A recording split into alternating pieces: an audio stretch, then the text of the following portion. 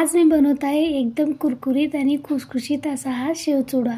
खूपच टेस्टी बनतो आणि कमीत ते कमी वेळात आणखीन मेहनत पण कमी। मी लक्ष्मी, माझ्या रेसिपीमध्ये तुम्हा सर्वांचं खूप खूप स्वागत आहे। चला तर मग सुरुवात करूया टेस्टी रेसिपी बनवण्यासाठी। बटाटा आणि तांदळाच्या पिठापासून ही रेसिपी खूपच टेस्टी बनते आणि सर्वजण आवडीने खातील। लहान असो या मोठे सर्वांना आवडेल। चला तर मग सुरुवात करूया रेसिपी बनवण्यासाठी। आणखीन तुम्ही माझ्या चॅनलला लाईक केला नसेल तर लाईक करा, त्याचबरोबर माझ्या चॅनलवरती नवीन असाल तर सबस्क्राईब देखील करा। तर आधी मी येथे 3 बटाटे उकडून घेतलेले होते, त्याला मॅश करून घेतलेला आहे। त्याचबरोबर मी येथे धनिया पावडर, जिरा पावडर, थोडंसं हिंग आणि अर्धा चमच इतका सोडा, थोडीशी हळद टाकलेली आहे।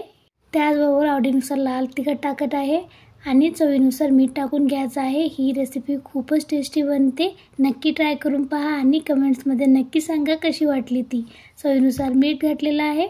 त्याचबरोबर मी येथे 1 वाटी इतकं कॉर्नफ्लोअर घातलेले आहे आणि 1 वाटी तांदळाचं पीठ। तुम्ही या ठिकाणी तांदळाचं पीठही वापरला तर खूपच मस्त बनते।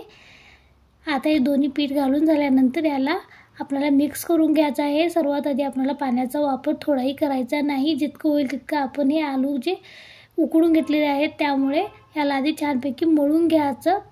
त्यानंतर थोडं थोडं पाणी घेऊन याला छानपैकी सॉफ्ट असं आपल्याला मळून घ्यायचं आहे। पाणी जास्त लागणार नाही, मला जास्तीत जास्त अर्धा कप पाणी लागलं होतं।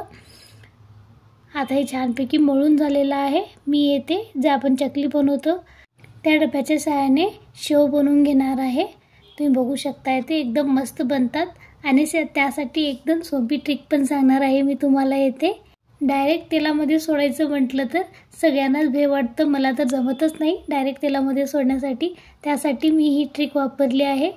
तुम्ही देखील ही ट्रिक नक्की ट्राय करून पहा। अशा प्रकारे मी येथे शेव घालून घेतलेला आहे। आता याला डायरेक्ट आपण तेलामध्ये सोडू शकतो, खूपच इझी आहे।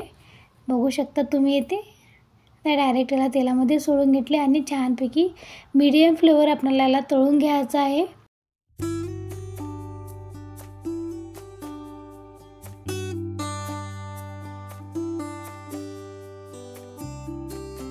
अशा प्रकारे मी येथे सर्व शेव तळून घेतलेले आहे। माझी ही रेसिपी आवडल्यास चॅनलला सबस्क्राईब नक्की करा। चला तर मग पुन्हा भेटूया अशाच एका छानशा रेसिपी बरोबर। तुम्ही हा माझा व्हिडिओ शेवटपर्यंत पाहिल्यामुळे तुम्हा सर्वांचं खूप खूप धन्यवाद।